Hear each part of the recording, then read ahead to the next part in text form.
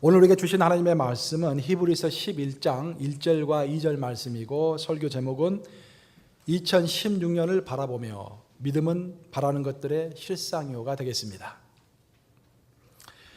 단 두 구절인데 우리 함께 합독해 볼까요? 시작. 믿음은 바라는 것들의 실상이요 보이지 않는 것들의 증거니 선진들이 이로써 증거를 얻었느니라. 살아계신 하나님의 말씀입니다. 얼마나 귀한 말씀입니까? 제가 한 달에 한 번씩 저희 목사님들이 모여가지고 기도 모임을 갖습니다. 그래서 지난주에 이제 모임이 있어서 기도 모임을 가지려고 목사님들이 모였는데, 거기서 우리 감사님이 그런 이야기를 해주세요.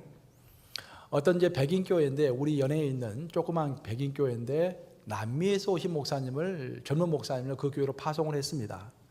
근데 교회가 좀 조그마다 보니까 이제 예산이 좀 부족했는가 봐요. 그래서 그 젊은 목사님은 의욕을 가지고 열심히 이제 일을 하려고 하는데, 어떤 안건을 제시할 때마다 이제 성도님들이 목사님, 우리 교회는 돈이 없습니다. 이렇게 해서 활동을 제대로 할 수가 없는 거예요. 그래서 목사님 너무 안타까워가지고 하나님께 열심히 기도를 했다고 합니다. 열심히 기도를 했더니 갑자기 하나님께서 그렇게 말씀하시는 것 같더래요. 아들아, 너희 교회에 이미 예산이 있단다. 무슨 말인가? 목사님 좀 약간 혼동스러워서 그 확증을 갖기 위해서 또 열심히 기도했습니다. 열심히 기도했더니 여전히 하나님께서 말씀하시는 거예요. 아들아, 너희 교회에 재정이 이미 있다. 그런 말씀하세요. 그래서 목사님이 마음에 이제 자신감을 얻고서 교회 리더들을 다 불러 모았습니다. 그런 말씀하셨대요. 하나님께서 나에게 말씀하시기를 이미 우리 교회 재정이 있다고 합니다. 그래서 염려하지 말라고 합니다. 그래서 나는 내가 하나님께서 원하시는 것들을 추진해 보려고 합니다. 도와주십시오. 단 우리 지금부터 40일 동안 기도하십시다. 그래서 하나님께서 채워주시는지 채워주지 않는지 한번 보십시다 라고 이야기하고서 40일 동안 기도를 시작했대요. 이제 교회 리더들이 목사님이 기도하자고 하는데 따라오지 않을 수가 없잖아요. 그래서 기도를 시작했는데, 기도한 지 일주일 만에 어떤 노인이 찾아온 거예요. 어떤 나이 드신 할머니가 찾아온 거예요. 그래서 다짜고짜 목사님에게 헌금하겠다고 돈을 내미는 겁니다. 10,000불 이상을. 그래서 목사님 놀래가지고 이게 무슨 돈입니까? 라고 물어봤더니, 이야기를 들어보니까 그 교회 성도 한 분이 페인트를 칠하시는 분인데, 그 할머니 집에 가서 페인트를 칠하다가 그 할머니와 이제 좀 친해져가지고 이야기를 나누다가 우리 교회가 40일 기도를 하고 있습니다.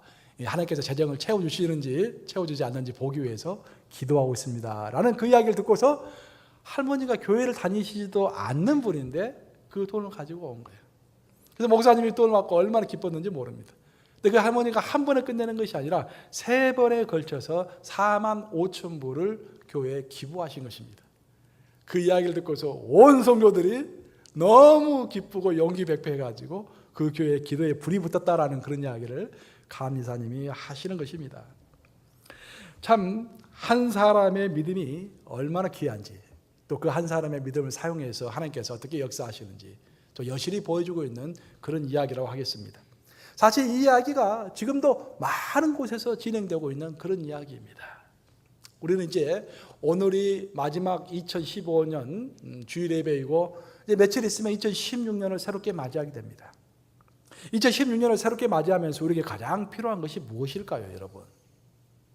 가장 필요한 것은 우리가 소망을 갖고 우리가 희망을 갖는 것도 중요하지만 그 소망과 인내는 반드시 하나님 안에서 이루어질 것이다 라는 확신을 갖는 것이야말로 중요하지 않을까 저는 생각합니다. 그래서 오늘 여러분들에게 믿음에 관한 설교를 하고자 하는 것입니다. 제가 오래전에 한국에 있을 때, 제가 직장생활을 했을 때 제 직장은 관철동에 있었습니다. 그래서 관철동에 가기 위해서 항상 종강역에서 내렸는데, 종강역 앞에 아주 목이 좋은 그런 땅이 있는데 그 땅에 공사가 시작되었습니다. 그래서 워낙 좋은 땅이어서 제가 어떤 건물이 들어서나 하고 유심히 살펴봤어요. 근데 그 건물이 1년이 지나도 별 진전이 없는 것입니다. 그대로 건물이 그대로 있어요. 별 진전이 없이 계속 공사를 하는 것 같은데 그대로 있어요. 그래서 속으로 그렇게 생각했습니다. 이게 공사를 하다가 이게 부도가 났는가 보구나. 그래서 이렇게 공사 진행이 안 되는가 보구나 라고 생각했어요. 그런데 그 건물에 관한 기사가 대문자막하게 신문에 한번 났습니다. 그걸 한번 읽어봤어요. 내용은 그런 것입니다. 그 건물을 짓고 있는 총 책임자, 총 감독자가 제일교포인데 어떤 한국의 이름난 모 기업에서 그 제일교포 감독자를 초청해가지고 그 건물을 짓고 있는 것입니다.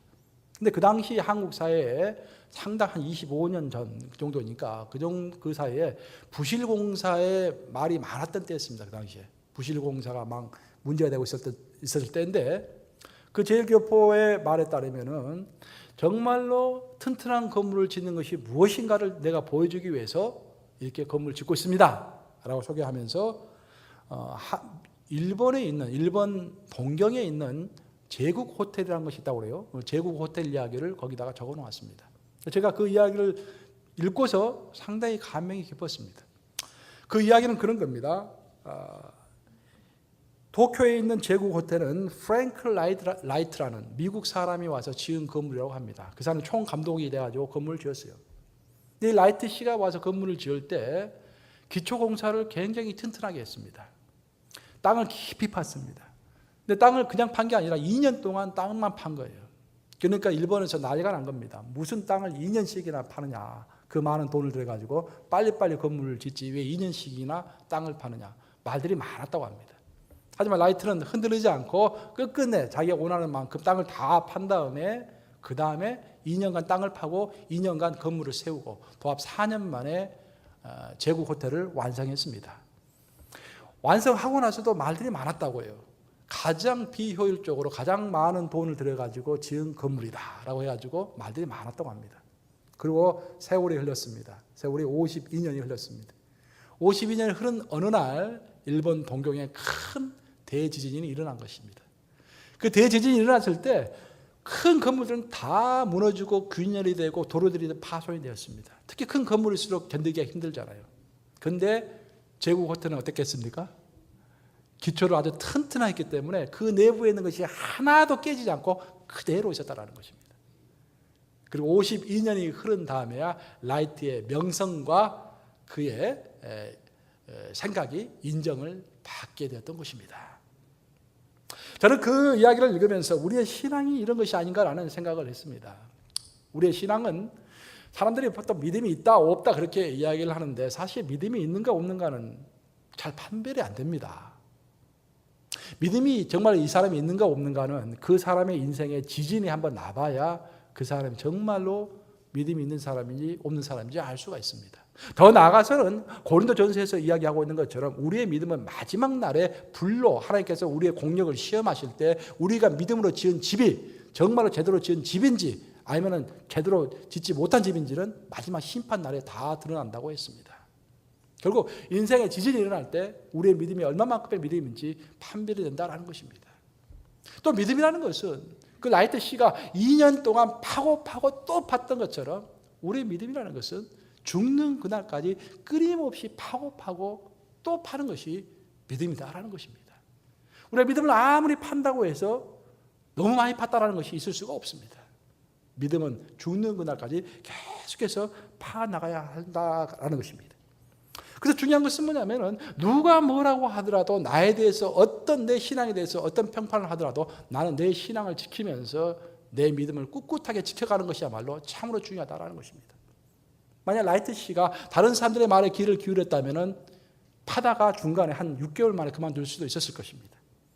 만약 그가 6개월 만에 그만뒀다라면은 대지진이 일어났을 때 그 건물도 무너졌을 것입니다. 사실 그는 자기 소신대로 자기의 법칙대로 2년간 팠던 것입니다. 20세기에 영국을 대표하는 철학자라고 한다면 러셀을 들 수가 있겠습니다. 유명한 철학자입니다. 러셀의 20세기를 대표하는.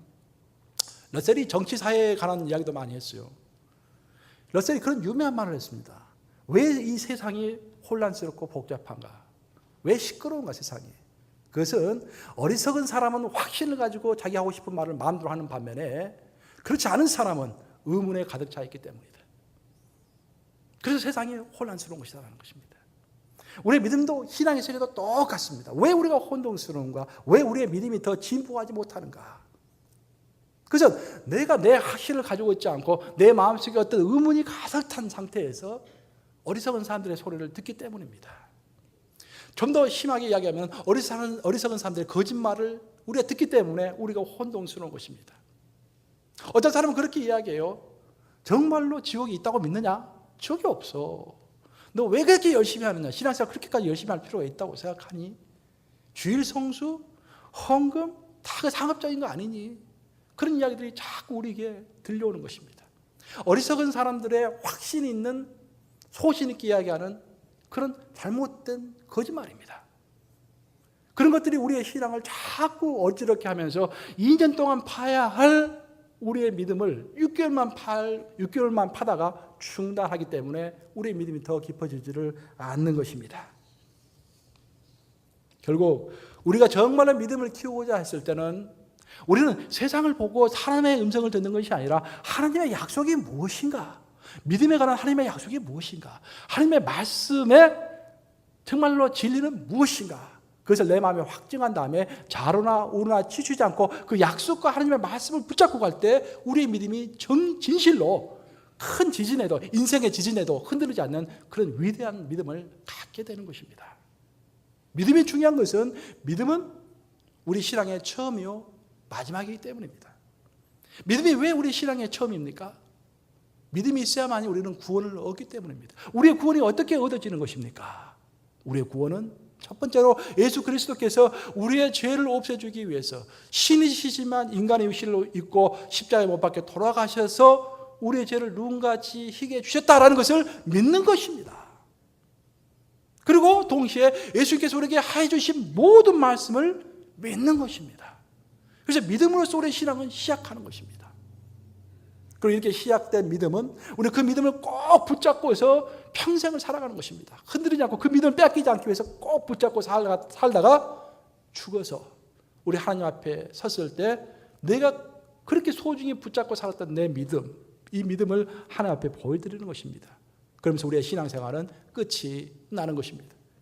결국 믿음이야말로 우리 신앙생활의 출발이요 끝인 것입니다. 우리의 인생은 어떤 깊은 터널을 통과하는 것과 같습니다.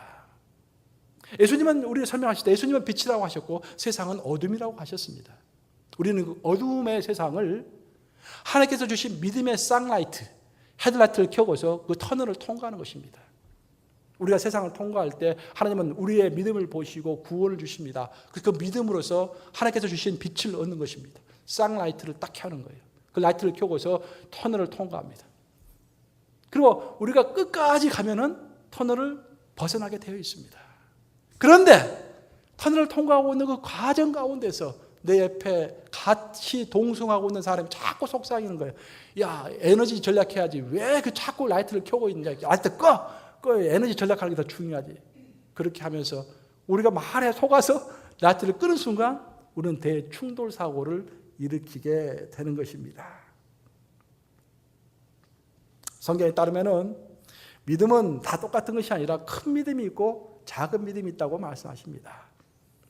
예수께서 아주 칭찬했던 믿음을 보시면은 가버나움의 백부장 이야기가 나옵니다. 가버나움의 백부장은 이방인이었습니다. 그렇죠? 유대인이 아니었어요. 이방인이었음에도 불구하고 대단한 믿음을 가진 사람이었습니다. 그래서 예수님께서 그 믿음을 보시고 너무 놀래가지고 온 이스라엘에서 이만한 믿음, 이렇게 큰 믿음을 내가 본 적이 없노라라고 칭찬하십니다. 확실히 큰 믿음이 있는 것입니다. 반면에 예수님을 졸졸 따라다녔던 제자들이 믿음이 너무 적은 것을 보시고 예수님께서 그런 말씀하셨어요. 들에 핀 백합화를 보라, 하늘에 나는 새를 봐라. 그렇게 말씀하시면서 그들도 내가 입히시는데 왜 내가 그렇게 염려하느냐. 이 믿음이 적은 자들아 라고 말씀하셨어요. 분명히 믿음에는 큰 믿음이 있고 작은 믿음이 있는 것입니다. 그래서 예수께서 말씀하시는 것은 뭐냐면은 결국 이 작은 믿음을 큰 믿음으로 키워가는 것이 우리의 신앙의 여정이다라는 것입니다. 우리의 신앙의 여정이 뭐라고요? 작은 믿음을 큰 믿음으로 키워가는 것이 우리의 신앙의 여정입니다. 우리는 끊임없이 노력해야 돼요. 내 작은 믿음을 안타깝게 생각하면서 정말로 타산을 움직일 듯한 그런 큰 믿음을 갖기를 소원하면서 인생을 살아가야 하는 것입니다. 그런데 문제는 뭐냐면은 우리의 믿음의 발전의 속도가 굉장히 더디다라는 것입니다.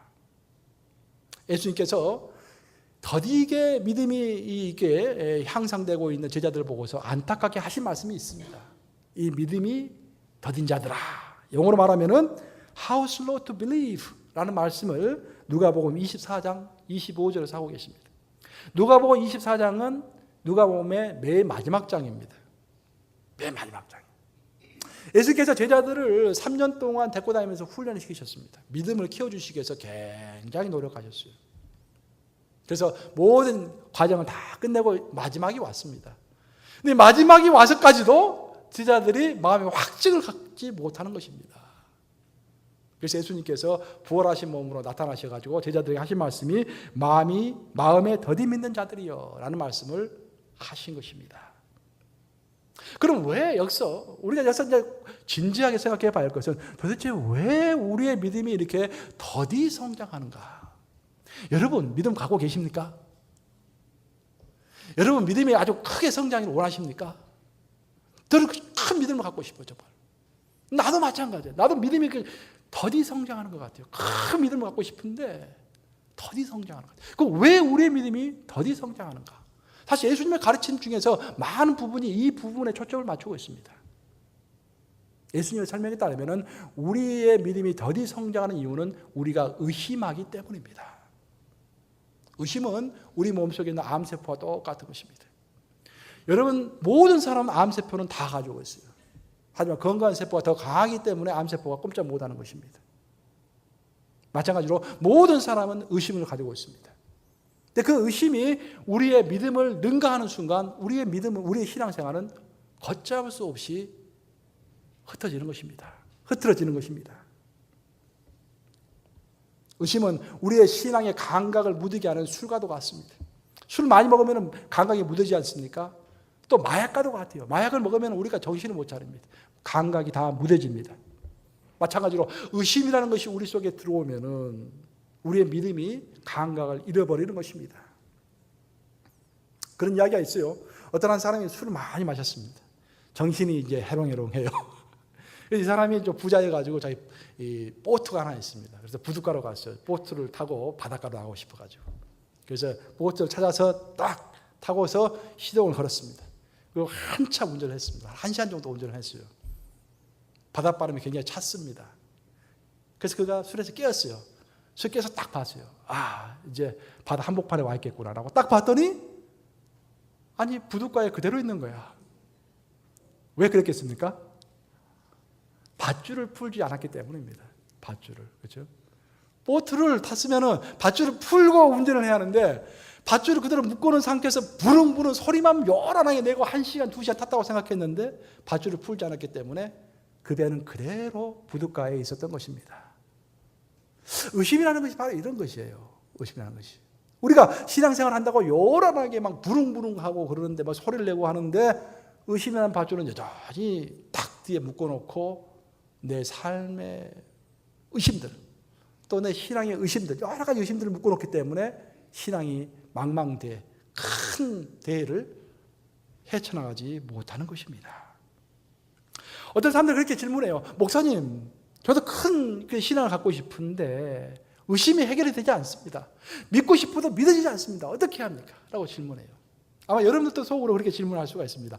저도 큰 믿음을 갖고 싶은데 믿어지지 않는데 어떻게 합니까 목사님? 어떻게 합니까 여러분? 이럴 때는 믿어지지 않을 때는 믿게 해달라고 하나님께 기도해야 하는 것입니다. 마가복음 9장 이야기 기억하세요? 마가복음 9장에 아주 재밌는 이야기가 나옵니다. 예수님께서 신의 모습으로 변하시기 위해서 변화산으로 올라가신 장면이 나와요. 변화산 올라갔는데 내려와서 보니까 어떤 일이 벌어졌냐면은 예수님이 변화산으로 올라가는 사이에 어떤 귀신 들린 아들을 가진 아버지가 그 귀신을 쫓아내기 위해서 아들을 데리고 제자들을 찾아옵니다. 그 제자들에게 귀신을 쫓아달라고 부탁해요. 제자들이 그 귀신을 쫓아냈습니까? 쫓아내지 못한 거야. 그래가지고 막 혼란스럽습니다. 막. 그때 예수님께서 나타나신 거야. 그래서 그 아버지가 예수님을 보고서 이렇게 말을 합니다. 사실 나도 예수님의 권능을 정확히 확신할 수는 없지만 그래도 뭔가 예수님께서 하실 수 있거든 해 주십시오 라고 이야기를 해요. 예수님께서 뭐라고 답변하십니까? 할 수 있거든이 무슨 말이냐? 믿는 자에게는 능치 못할 일이 없느니라 라고 꾸짖어서 말씀하십니다. 할 수 있거든이 무슨 말이냐? 믿는 자에게는 능치 못할 일이 없느니라.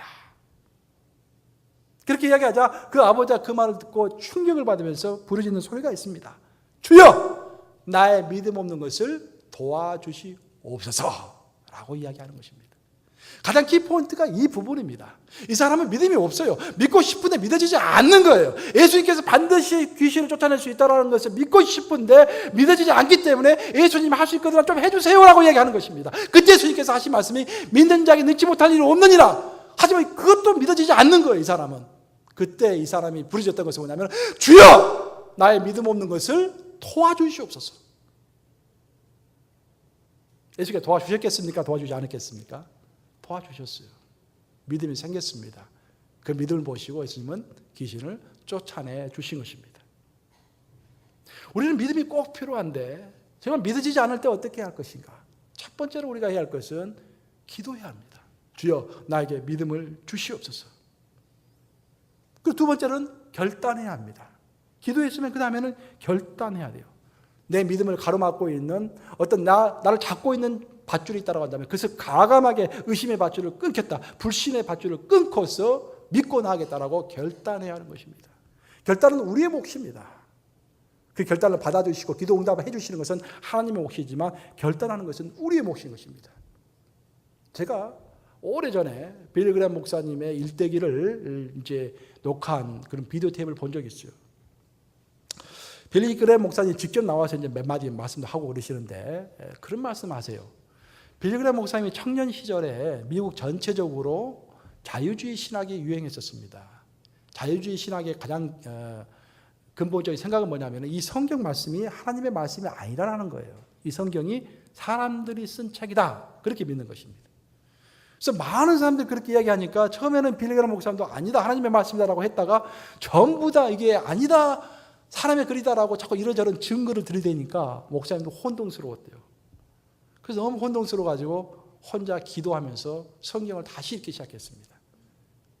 그래서 오랫동안 기도하고 오랫동안 성경을 읽은 결과 아, 진짜로 하나님의 말씀이구나라는 확신이 마음속에 온 것입니다.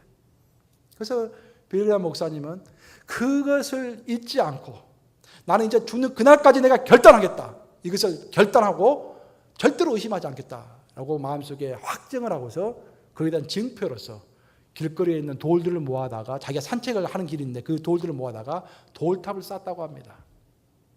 그리고 그 다음부터 어떤 의심이 될 때는 항상 그 돌탑을 생각하면서 자신의 결단을 기억했다라는 그런 이야기입니다. 결단은 너무 중요합니다, 여러분. 제가 인생을 돌아봤을 때 제 인생에 있어서 내 믿음이 언제 가장 크게 성장했는가? 두 번의 계기가 있었어요. 내 믿음이 굉장히 성장하게 된 두 번의 계기가 있었습니다. 그 차원을 달리하게 된 계기가. 첫 번째는 뭐냐면은 내가 이번 주 설교해서 지난주에 우리가 크리스마스 이브 예배 때 잠깐 설명했는데 간증을 했는데 제가 어느 날 갑자기 예수님이 정말로 내 아버지시다라는 생각이 들었어요. 그래서 그것을 내가 고백했습니다. 그래서 내 마음속 깊은 곳에 내 마음의 안방을 예수님께 드린 것입니다. 그 전에 예수님은 나에게서 손님이었어요. 손님. 내 모든 것을 다 드러낼 수가 없는 그냥 있으나 마나 하는 잠시 왔다 가시는 그런 손님이었습니다. 그런데 어느 순간에 예수님을 내 마음의 주인으로 정말 내 안방을 차지하시는 내 아버지로 인식이 되는 거예요. 그걸 고백했어요. 정말 놀란 일이었습니다. 그것도 보면 아무것도 아닌 것 같은데 그 다음부터 내가 바뀐 것 같아요. 내 믿음이 완전히 바뀐 것 같아요. 예수님이 그렇게 친근하게 느껴질 수가 없었습니다. 내 믿음의 옛날하고 그 차원을 달리하는 그런 수준이었습니다. 두 번째 내 믿음이 획기적으로 바뀌게 된 동기가 뭐냐면은 내가 한 10여 년, 한 15년 전 어느 들판에서 하나님께 기도하는데 그런 기도를 했어요. 제가 왜 그런 기도를 했는지도 모르겠어요. 하나님, 나는 죽는 그날까지 주님의 일을 하다가 죽겠습니다. 그래서 엉엉 울면서 그 기도만 계속 1시간에 2시간에 통성으로 기도했습니다. 혼자서. 그때 하나님의 음성이 들렸어요. I called you as a full-time minister. 2번이나 들렸습니다.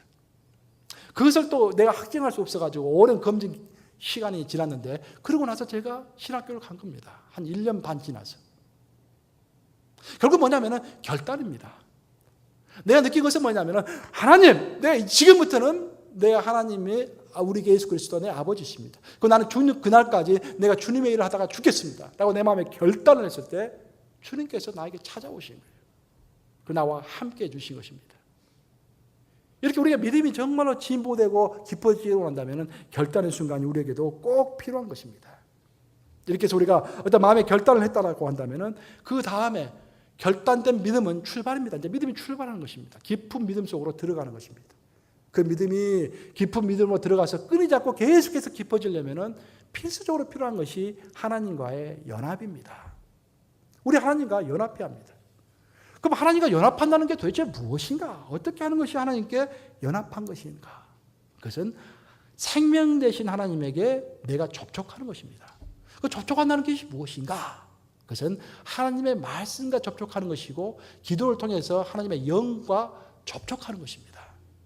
내가 하나님의 말씀을 읽으면서 하나님의 말씀에 접촉하고 내가 기도하면서 하나님의 영에 접촉하게 될 때 바로 그때 나는 하나님과 연합하게 되는 것입니다. 그러면서 우리의 믿음은 계속해서 조금씩 나도 모르는 사이에 계속 기초를 닦듯이 땅을 파듯이 계속해서 믿음이 파져나가는 것입니다. 그럴 때 꼭 조심해야 할 것이 제가 설교의 처음 부분에서 이야기했지만 다른 사람의 이야기를 듣지 않는 것입니다. 우리의 믿음이 정말로 진보하고 싶다면요, 우리 집에 좋은 친구들이 있어야 합니다. 다니엘과 세 친구처럼 그런 믿음의 친구들이 우리 가운데는 꼭 있어야 합니다. 우리 가운데는 필요한 친구들은 믿음의 친구들입니다. 우리는 삶의 영향을 많이 받기 때문에 정말 믿음이 좋은 사람들을 내 옆에 두기 위해서 우리는 노력해야 돼요. 칼을 날카롭게 한다고 잠언서에서 이야기하고 있습니다. 칼을 날카롭게 하듯이 믿음이 좋은 사람이 내 믿음을 좋게 만드는 것입니다. 믿음은 믿음을 낳고 불신앙은 또 다른 불신앙을 낳는 것입니다. 항상 기억해야 합니다. 믿음은 믿음을 낳는다. 불신앙은 불신앙을 낳는다.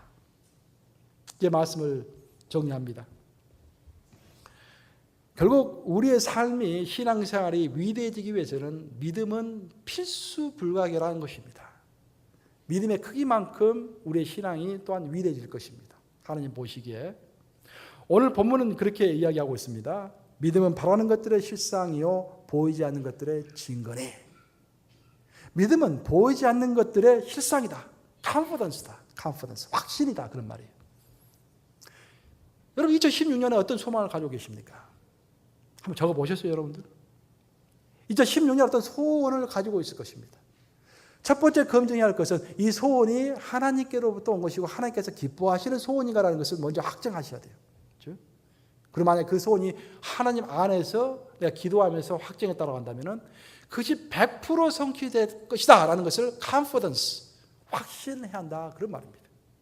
그리고 그것이 이루어지는 것을 아직 눈으로 확인하지는 못했지만 눈에 보는 것처럼 assurance, 확증해야 한다는 것입니다. 그것이 오늘 2016년을 맞이하기에 며칠 남지 않은 우리들이 꼭 해야 할 작업이라고 저는 생각합니다.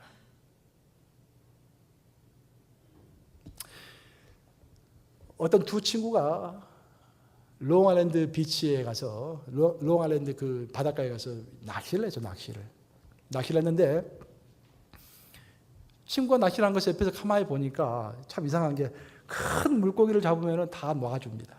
그리고 작은 물고기는 우럭에 넣는 거야.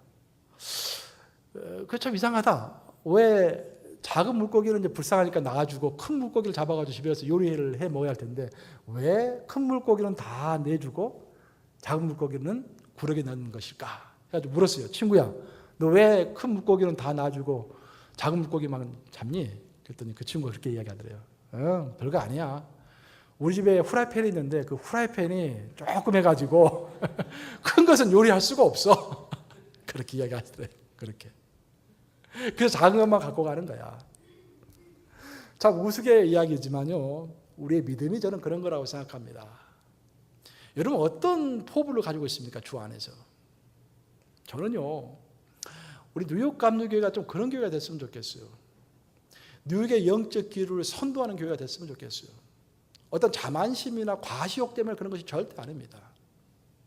우리의 소원은 그런 것이 돼야 돼요. 갈렙과 여호수아의 소원이 우리의 소원이 돼야 합니다. 갈렙과 여호수아의 소원은 무엇이었습니까?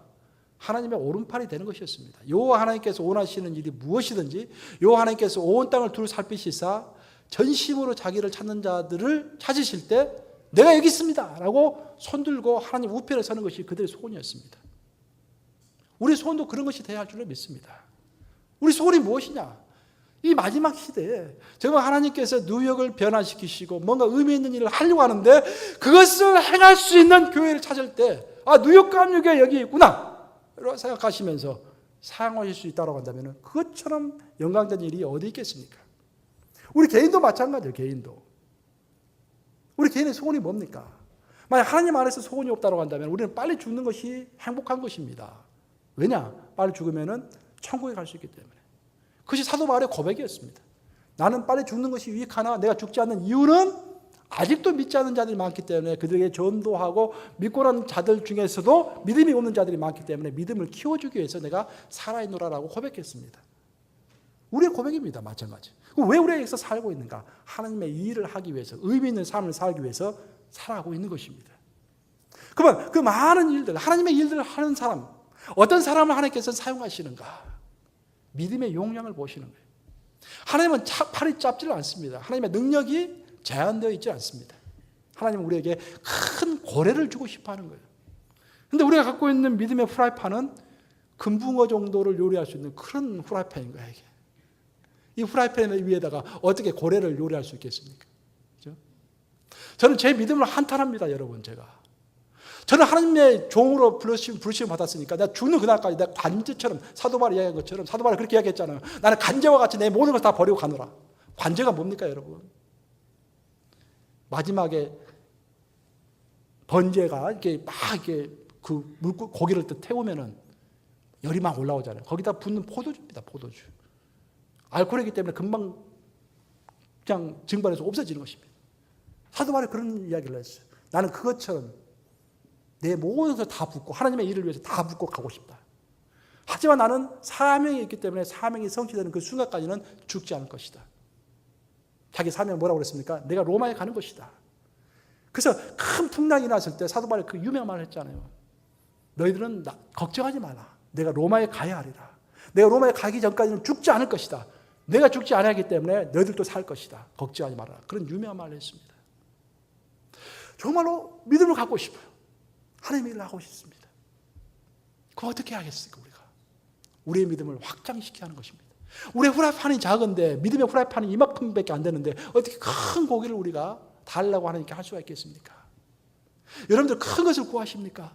여러분 비즈니스도 마찬가지고, 여러분 가정도 마찬가지고, 여러분 리더십도 마찬가지고, 뭔가 큰 것을 구하고 싶습니까, 여러분?